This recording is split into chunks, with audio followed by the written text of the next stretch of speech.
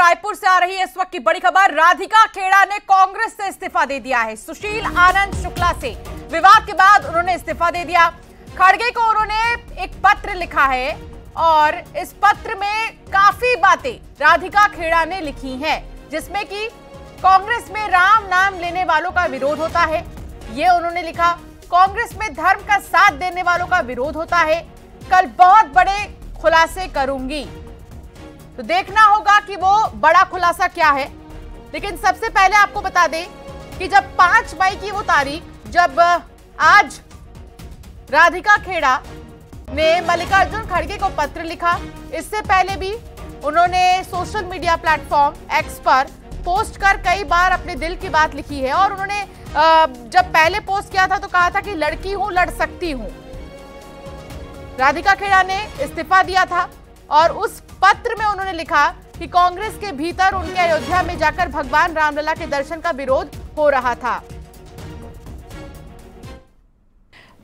श्री अयोध्या धाम रामलला की जन्मभूमि हम सब हिंदुओं के लिए बहुत ही पवित्र स्थली है और मैं वहाँ दर्शन करने से अपने आप को रोक नहीं पाई, लेकिन वहाँ जाने का विरोध इस कदर मुझे सहना पड़ेगा, मैंने अपने जीवन में कभी नहीं सोचा था। मेरे साथ छत्तीसगढ़ प्रदेश कांग्रेस कार्यालय में अभद्रता हुई, मुझे वहाँ पे धक्का मुक्की करी गई, कमरे में बंद कर दिया गया, लेकिन मेरे साथ न्याय नहीं हुआ। मैं चीखती चिल्लाती जो हमारा मंदिर है वहाँ से भागी और फिर भी न्याय नहीं मिला और सबने मुझे चुप करने को कह दिया गया, सिर्फ इसीलिए क्योंकि मैं प्रभु श्री राम के दर्शन करके आई हूँ, सिर्फ इसीलिए क्योंकि मैं एक हिंदू हूँ, एक सनातन धर्म को फॉलो करने वाली हूँ, हिंदू धर्म को रामलला के पूजा उपासना करने वाली हूँ, तो इसीलिए मुझे न्याय ना देना। तो ये पार्टी कहाँ जा रही है, क्या कर रही है? आपकी लड़ाई रामलला से है कि आपकी लड़ाई किसी पॉलिटिकल पार्टी से है? देश इस पार्टी को तय करना होगा। लगातार शीर्ष नेतृत्व को ये शिकायत करती आई हूँ, मैंने सभी को शिकायत करी, कोई नहीं नेता मैंने छोड़ा और लगातार मुझे चुप रहने को कहा गया। बाकी बातें मैं कल प्रेस कॉन्फ्रेंस के जरिए सभी से शेयर करूंगी। बहुत सारे खुलासे करने हैं जो मैं कल प्रेस वार्ता के दौरान करूंगी। तो इधर राधिका खेड़ा से विवाद को लेकर कांग्रेस संचार प्रमुख सुशील आनंद शुक्ला ने कहा कि राधिका मेरी छोटी बहन है, वो पार्टी में रहे या बाहर जाए वही सम्मान रहेगा। उनका खत सारा मजमून कह रहा है मैं भी राम और शिव का भक्त हूं।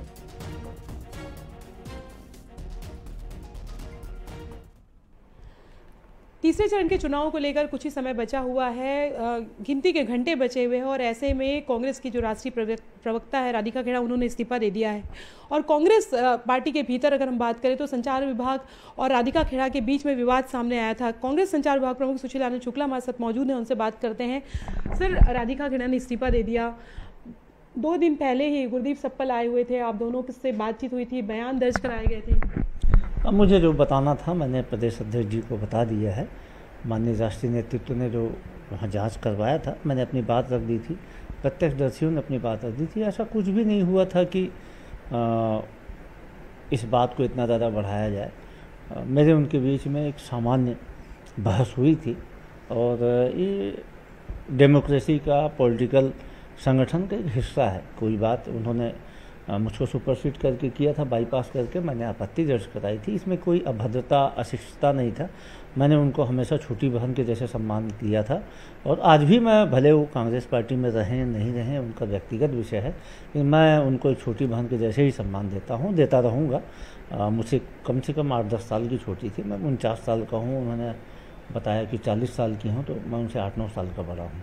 कैमरा पर्सन नवीन के साथ ममता लांजेवार, न्यूज़ 18 छत्तीसगढ़, रायपुर। तो राधिका खेड़ा के इस्तीफे पर बीजेपी के विधायक राजेश मूणत ने कांग्रेस पर निशाना साधा।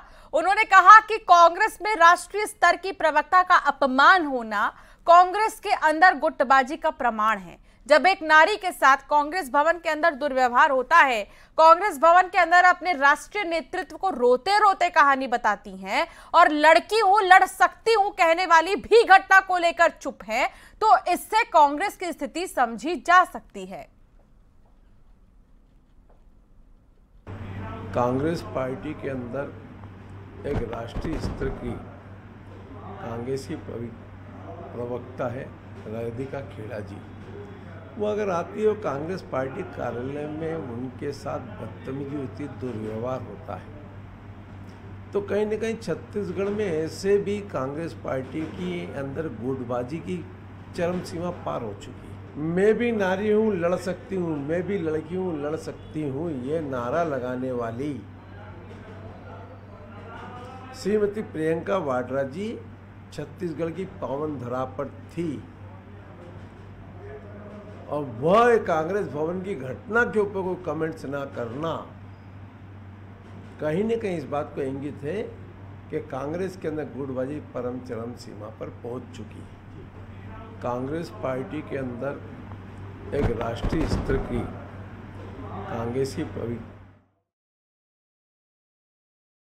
मुंगेली में चुनाव प्रचार करने पहुंचे, जहां उन्होंने बीजेपी के नारी शक्ति सम्मेलन में हिस्सा लिया। कुसली में युवा आयोजित युवा चौपाल में युवाओं के साथ बातचीत की। इस मौके पर उन्होंने कहा, कांग्रेस हारी हुई लड़ाई लड़ रही है, कांग्रेस का कोई नेता चुनाव नहीं लड़ना चाह रहा। विपक्ष ने पिटे हुए चेहरों पर दांव लगाया। अरुण साहब ने कहा, छत्तीसगढ़ में कांग्रेस का खाता नहीं खुलने वाला है।